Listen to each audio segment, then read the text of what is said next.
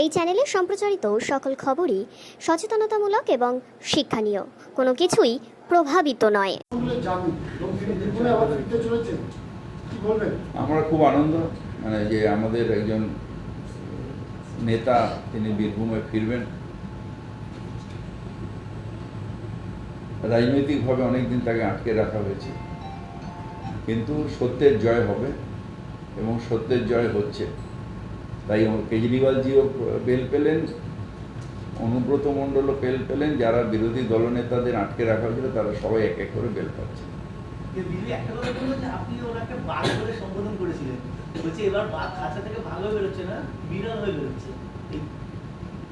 ও বীরভূমের বাঘ, বীরভূমের বাঘই থাকবে। আমি বলেছিলাম বীরভূমের বাঘ খাঁচায় আটকে বেশি দিন রাখা যাবে না। খাঁচায় যখন বাঘ আটকে থাকে তখন শিয়ালরা, হায়নারা হুম হুম করে, কারণ বাঘ ভেতরে আছে বলে। সেই বাঘ বেরিয়ে গেলে আবার তারা ল্যাস তুলে পালায়। এই ওখানকার বিরোধীরা ল্যাস তুলে আবার পালিয়ে যাবে। মানুষের কাছে যে অ্যাপিলটা আমরা বারবার করে করছি সচেতনতা, সেটা চালিয়ে যেতে হবে। যারা পুজো প্যান্ডেলের উদ্যোক্তা তাদেরও বলবো একটু যদি হোর্ডিং টোডিং করে বা মাইকে যদি এটা বলা যায়। তার কারণ সচেতনতার উপরেই ডেঙ্গি ম্যালেরিয়া আমরা নিবারণ করতে পারব। কোনো সরকারি মেশিনারি নেই যে 100% প্রুফ হবে। কালকে আমি আমার পেছনে, আমি খাবার ঘরে বসে খাচ্ছিলাম, পেছনের বাড়ির কার্নিশে দেখলাম একটা প্লাস্টিক বোধহয় কাক নিয়ে এসে ফেলেছে। আজকাল ওই খাবার টাবার সুইগি ফুইগি দিয়ে খাবার আসে না, খাবার একটা প্লাস্টিক, তার মধ্যে জল ভরে রয়েছে। আমি দেখলাম যে আমি বলে চলে আসলে ওটা হবে না।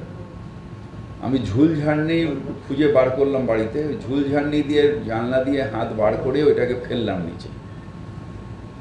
এইরকমভাবে যদি সচেতন আমরা থাকতে পারি, ছাদে উঠে বা বাড়ির চারিদিকে দেখতে পারি যে কোথায় জল জমে রয়েছে, কারণ এখন বৃষ্টিটা কমেছে, এখন আরও সতর্ক থাকতে হবে। কারণ বৃষ্টি কমার পরে এই যে জলগুলো জমেছে, কালকে আমার ওটার মধ্যে জল জমেছিল এবং আমি দূর থেকে দেখতে পাইনি ওর মধ্যে ম্যালেরিয়া লার্ভা ছিল কিনা। আমি অতটা অনেকটা দূর তো ঝুলঝাড়নি দিয়ে হাত দিয়ে কোনো ফেলেছে, আমি দেখতে পাইনি অত দূরে। কিন্তু যদি ওটার মধ্যে লার্ভা থাকতো তাহলে কিন্তু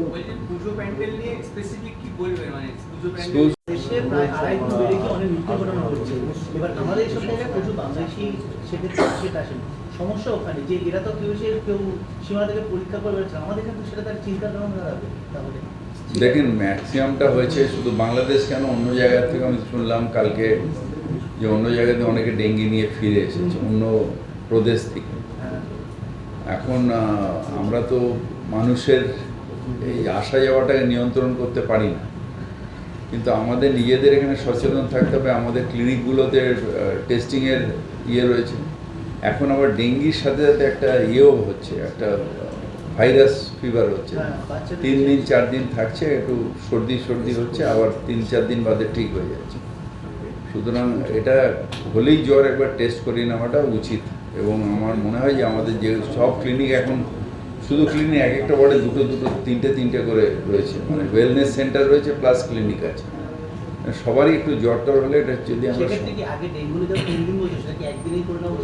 না, সেকেন্ড ডেঙ্গু প্রথম দিন পাওয়া যায় না, 2 দিন সেকেন্ড ডে বা থার্ড ডেতে পাওয়া যাবে। প্রথম দিন ডেঙ্গু টেস্ট করলে কিচ্ছু পাবে না।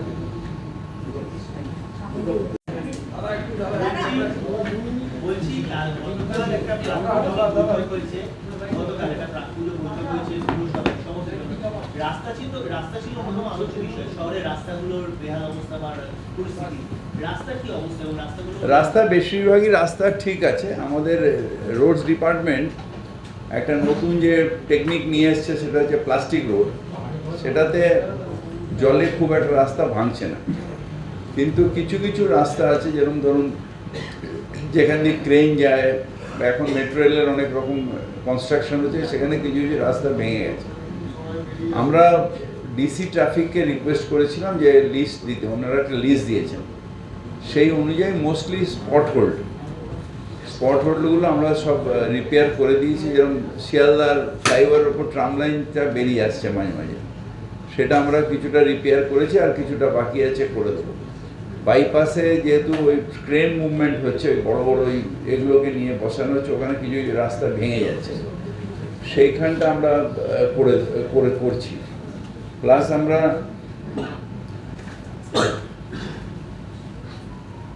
আমরা যেখানে যেখানে খবর পাচ্ছি করছি এবং কিছু রাস্তা আমরা থরও করে দিচ্ছি।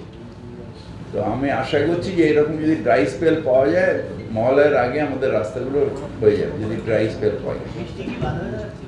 বৃষ্টি হয় নিশ্চয়ই। পিচের শত্রু হচ্ছে জল। যদি আপনি জলের মধ্যে পিচ করে দেন ওটা চাপ চাপড় হয়ে উঠে চলে যাবে। সেদিন আমরা ড্রাই স্পেলের জন্য ওয়েট করছিলাম, কারণ অনেকটা দিন প্রায় 10-12 দিন কন্টিনিউয়াস বৃষ্টি, কোনো না কোনো সময় বৃষ্টি এবং খুব হেভি রেন হয়েছে।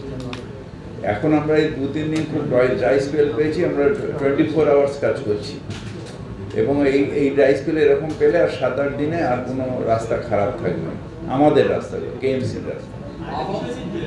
আর কালকে যেটা হয়েছে আমরা আলাদা আলাদা করে রাস্তাগুলোকে বোর্ড করতে বলে দিয়েছি। যেটা পোর্ট ট্রাস্টের রাস্তা সেটা পোর্ট ট্রাস্ট দেবে, this road is maintain by port trust. সাইনেজটা যেখানে কেএমসি লাগাবে সেখানে লিখবে this road is maintain by KMC. যেখানে পিডাব্লিউডির হবে সেখানে লিখবে this road is maintain by PWD. যেখানে কেএমডিএর থাকবে সেখানে লিখবে this road is maintain by KMDA. যে রাস্তা এইচআরবিসির থাকবে সেখানে লিখবে this road is maintain by HRBC. এইগুলো আমরা করতে বলেছি এবং এইচআরবিসিও কালকে আমাকে বললো যে ওই এইজিস পোস্ট ফ্লাইওভার, তারপর সেকেন্ড হুগলি ব্রিজের অ্যাপ্রোচে অনেকগুলো খারাপ রয়েছে, অলরেডি ওরা রিপেয়ারিং স্টার্ট করেছে।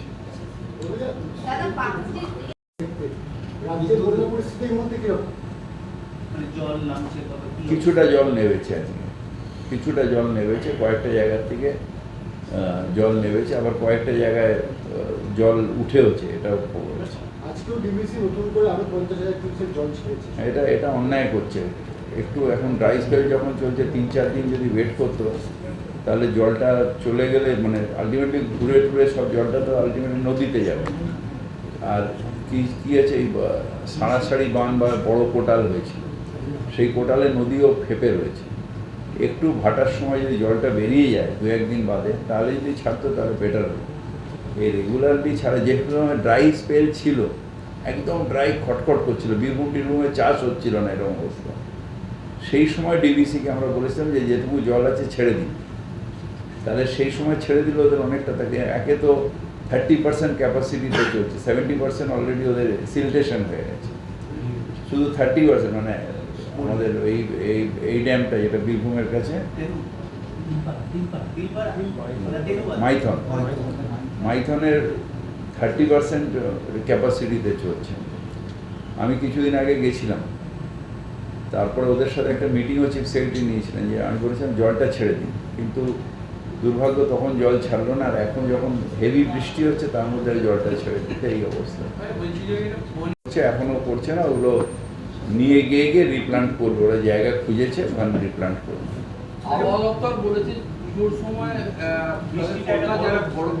সেটা নিয়েও কালকে আমাদের আলোচনা হয়েছে, আমরা অন্টো আছি।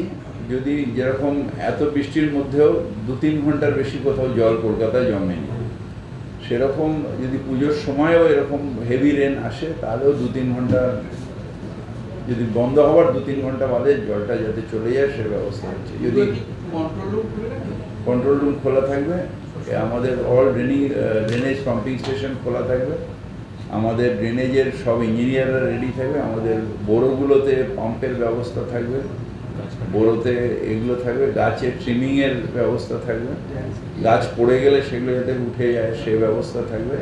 এগুলো সব অন্টো থাকবে। কালকে একটা আমরা বুকলেটও পাবলিশ করেছি এমার্জেন্সি সার্ভিসগুলোর মধ্যে দিয়ে, সেটা লোকের কাছে থাকলে আমাদের যোগাযোগ করতে সুবিধা হবে।